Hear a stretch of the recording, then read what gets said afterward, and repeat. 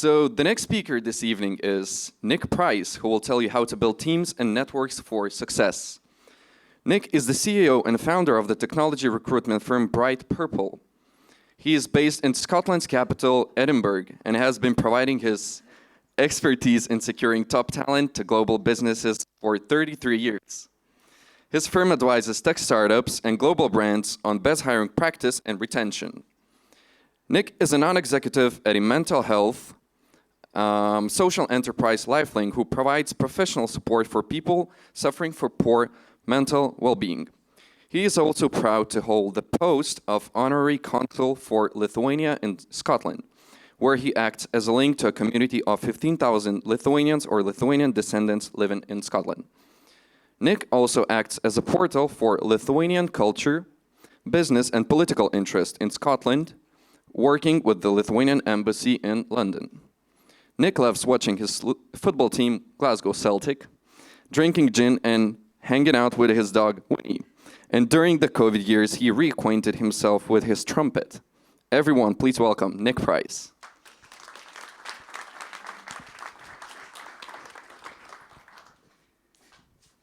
Hi, everybody. So I suppose before I start, and I've got 20 minutes, so the first thing I'm saying is how come he got 25 minutes, which turned into 45 minutes, by the way. Well, okay, you're a local, fair enough. Also, they put me on after the tall guy, so you don't need to stretch your necks any further because, my God, I've got a crook in my neck standing next to him. But can I just say, whiskey? Please never mention the English when you're talking about whiskey. That was a major mistake. But giving the English claims to whiskey is just ridiculous. Anyway, never mind. That's why we're at war with them all the time. And hair and helmets. I've not had to worry about a helmet for a long time, basically. So that one went right past me. And the last half marathon I ran was actually in Vilnius. And it was the last one because I was so bloody tired at the end of it, I decided never to run another one. So it was horrific. Right, I'm going to start my clock because, unlike Thomas, I care what Victoria said to me. So, here I am. I'm back in Vilnius. I've been coming here since 2010. I have been proud to be the Honorary Consul of Lithuania for almost 2 years now. I am representing 15,000 people in Scotland. Sometimes it's good, and sometimes it's a right pain in the arse, to be honest. You know, Lithuanians have got a lot of requests, yeah? A lot of requests. But anyway, 33 years and counting. I've been recruiting, building teams, building alliances and partnerships and everything else for 33 years. When I started in this industry, I had a full set of hair. I actually had, what I should have done was put a picture of me with long black hair because it might be hard to believe, but I did at one time have long black hair.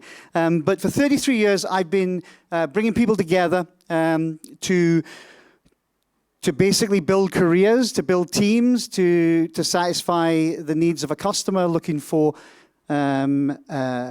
people to work for them, and also for people looking for careers. And what happens after 33 years is somebody that you placed 33 years ago ends up becoming the CEO or the famous guy, basically. And I'm proud to say that I've had quite a few of those guys who've gone on to become guys and ladies who have gone on to become world famous. For me, the one lesson that I was taught when I came into the industry 33 years ago was be interested in everybody, because everybody has a story. And often when I'm wandering around, I often hear somebody I meet somebody and they tell me about themselves, and then they keep telling me about themselves, and then they tell me a little bit more about themselves. And I wondered when they were ever going to ask me about me. And I think one lesson that a lot of people, especially in the startup community, that I see when I meet, and we work with startups in lots of locations, but one of the things that I always struggle with is when a startup decides to tell me everything about themselves and they show no interest in what's going on around them, basically. So, be interested in everybody around you, not just about yourself. And as it says, if you want to be prosperous for a year, grow grain. If you want to be prosperous for 10 years, grow trees. But if you want to be prosperous for a lifetime, grow people. And for 33 years, I've grown people. Obviously, I was actually quite surprised to see that first slide. The infectious smile, by the way, I never came up with the word infectious smile. So before anybody starts blaming me for talking about myself, blame Victoria. Because another thing that I've been doing in all these years in Lithuania is I've been the speaker at the annual Burns Supper. Yeah, in my kilt, addressing, trying to be funny to a load of Lithuanian women when you don't speak their language and you actually don't know what makes them laugh. It's actually a really tough gig. But I've been invited back many years, and that's where the infectious smile came from, but it wasn't me. So, next slide. Do I press something? Oh my God, I'm pressing. Christ, you got to do it yourself? Oh, a cheap show this is. Oh. It's not a cheap show, I'm only joking. The food was delicious, but although I'm still starving. The important thing when you're a startup, and I know there are a number of the heavyweight community from the venture capital world here, so, again, you're kind of, you're trying to reach out to the startups, but obviously, building alliances is the most important thing that anybody can do. And I think especially today, and actually from my own point of view, here in Lithuania, Scots have been building alliances with Lithuania that you might have known about or you might not have known about for a long time. 1570, John Hay left Fife. Now, if you've ever been to Fife, you'll know why he left Fife, yeah? Because it ain't very nice, yeah? Anyway, he decided that he'd come to Lithuania, and he taught philosophy here in Vilnius. John Inglis, 1537, became your royal goldsmith. Nice. And then, obviously, Radvili, he decided that Scots were really good at doing lots of things. So he took everybody to Kėdainiai. And I had the pleasure of going with Victoria last year to Kėdainiai. And I have to admit, it was fascinating. Going to a city that looks like Scotland is a bit disconcerting when you've just left Scotland. Going to a restaurant where you go into the men's toilet and you walk in, and the first picture is a guy in a kilt. So, yeah, but the importance of nurturing partnerships in anything in life, it can't be underestimated. Too many people think they can go it alone, but actually the ability to partner, collaborate, form alliance, etc., especially when you're small and on your own, and we all know what that's like if you've come from that world. And I think today. You can bring that in the case of Lithuania, you can bring that into not only the business world, but what's happening around you and around your borders. Obviously, across the not far from here, you guys are doing your level best to support Ukraine. And, that alliance is proving to be invaluable, NATO, etc. So all of these alliances are essential, whether you're in business, whether you're in personal life, or whether you're, as I say, a startup. Oh, and I don't work out the buttons properly. There we go. It's really hard to come here to a country that is, in my view, on a real high trajectory. When I first came here in 2010, a lot of my guys back in Scotland said to me, "Why are you coming to Lithuania? Why are you going to Lithuania? It's Eastern Europe." I soon learned it wasn't Eastern Europe, by the way. When I came here, I could see people who were just focused on being better than they'd ever been. Every young person I met was inspirational. Every startup I met was inspirational. Whether they made it or not, they were still inspirational. And some of those people went on to great things. Some of those people maybe failed. But hey, they started again. So some of the things, I don't want to teach you how to suck eggs, and I'm not sure if that's a saying here in Lithuania. Victoria's giving me the kind of, I don't know. But anyway, in the UK, don't teach your grandma to suck eggs is the comment. So basically, your grandma should know how to suck eggs. But anyway, it's really lonely at the top of a firm. Whether you're a large firm, and you know, I'm the CEO of a firm that I've been a CEO of for a long time. And I have amazing colleagues. One of them is here with me tonight, Kane. But sometimes it's lonely. Sometimes it's, sometimes it's really painful. But it's even more lonely at the top of a startup because everybody wants a piece of you. And, you know, I've worked on behalf of, I don't know, thousands of startups over 33 years. And what's amazing is the stamina of some of these people to keep going. It's vitally important that you keep going. And I think that, as I say, what I've seen in Lithuania over these, whatever that is now, 13 years or something, is some of the people that have gone on to fail, but actually got back up and started again. But importantly, they've always had that ability to understand that they can ask. Yeah, there's nothing wrong with asking for help, and too many people try to go it alone. With all the venture capital people in here, I'm pretty sure that they're brilliant at supporting their startups, but that's one thing. Ideas, MVP, funding rounds, ready to launch, hiring and building a team, you have to go through all of that. And actually, all along that way is stress. But the end result, obviously, if you can get through all that, and you have a supportive funder, you have a supportive team behind you, is, you know, success.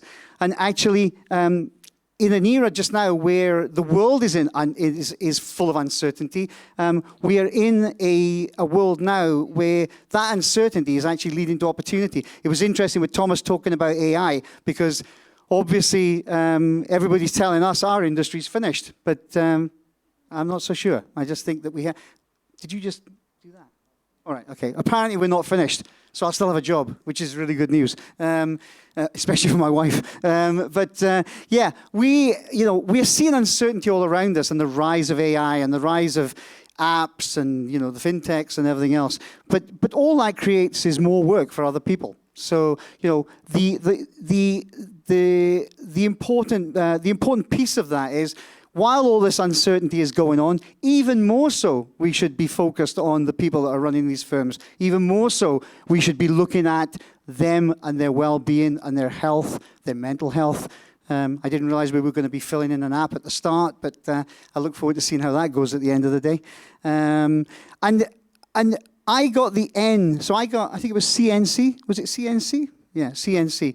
I saw somebody ask online today what that was, but anyway, I got the N, which was networking. For 33 years, I've been networking. 33 years, I've been meeting people all over the world.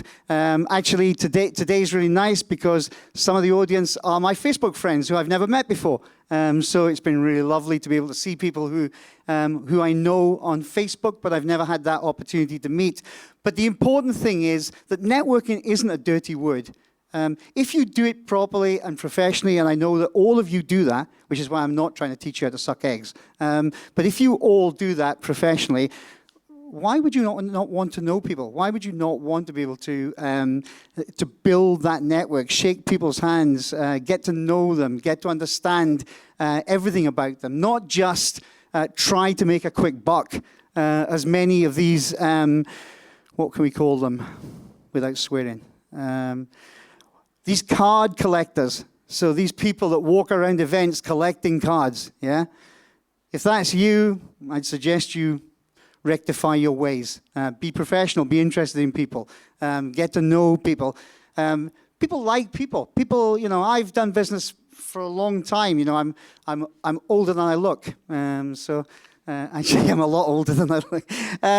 But you know, I have been fortunate in my life to be able to have an ability to just meet people and just, you know, have a good time. And from a good time and being happy comes business. So, you know, try to lighten up, but don't be a card carrier.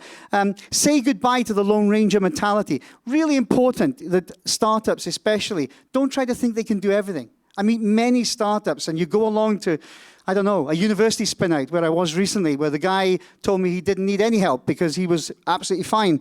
And then 2 months later, they were bust. But yeah, so lose the Lone Ranger mentality. You don't have to do everything on your own.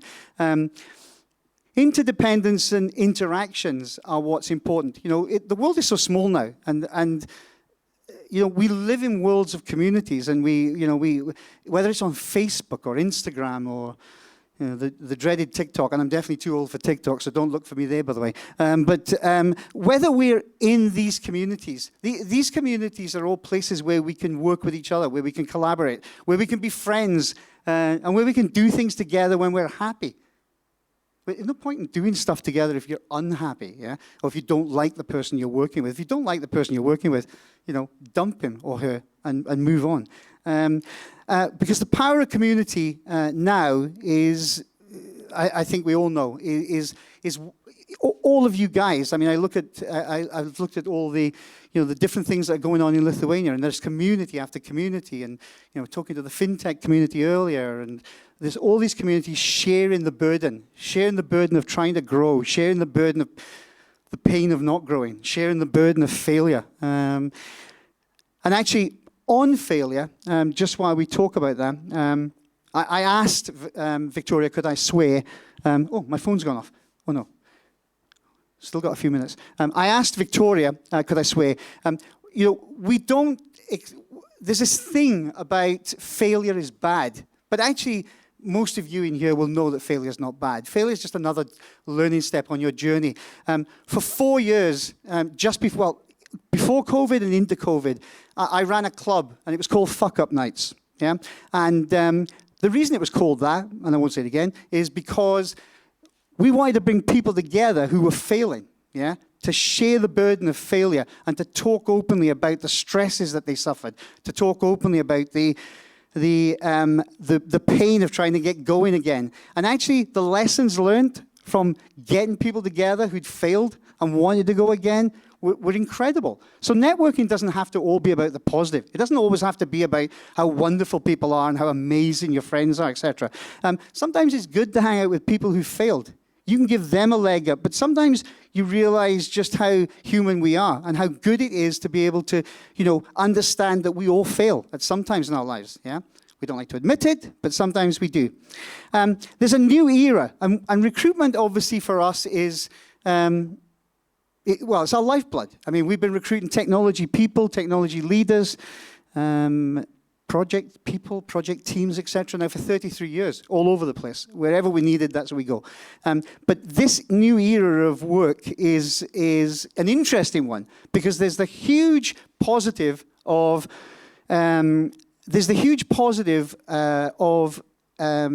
remote working, hybrid working.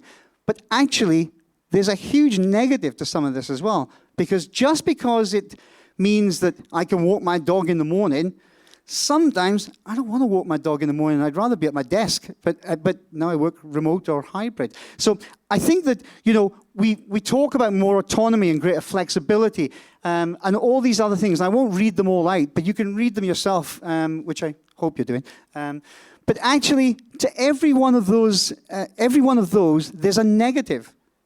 And I work on the board of a mental health charity based in Glasgow, where deprivation is massive, and people suffer every day from poor mental health. And you know, we have a charity that deals with children as young as 9 through to old people like myself. Yeah, and that charity is flat out just now, flat out. Yeah, and inside that is kids, ordinary people, but lots of business people. We are seeing lots of business people just now. We're seeing lots of people who work for companies who are being pressurized to do more. You know, the whole better work-life balance. Yeah. How many of us are working longer days, yeah? So for the people that are investing in these companies, and we are recruiting for those companies, the thing that you need to bear in mind is, you know, yeah, obviously, the end goal is to turn a buck, to try and make more money. That's great. But actually, you need those people in good mental health. You absolutely need those people in good mental health. Why? Because there aren't enough people There are skill shortages all over the world. Everywhere we go, there's a skill shortage. So for me, recruiting revolves around this. Yeah, the benefits of this new hybrid working, which I'm benefiting from. My colleague Kane, who's in the darkness somewhere there, is benefiting from. But actually, there are a pile of negatives. And so the one thing I would say to the people that are investing is, you know, when you're hiring these teams, be aware that it's not all good. And that's it. I've got 2 minutes left, and I will be on 20 minutes precisely, Thomas, not 45. So what I would say is that, you know, Bright Purple has been around for 33 years. I'm here with Kane. He's the tall guy on the right up there. You know, having stood next to Thomas, I'm now, you know, with what called my tall colleague. We recruit technology people and technology leaders. We've been involved in the, you can imagine, over 33 years, we've been involved in the, you know, the good times and the bad times. But what's really important, I think, in these new times is, as I said, is being aware of how remote and hybrid is going to affect your workforces going forward. And that's me. Cheers.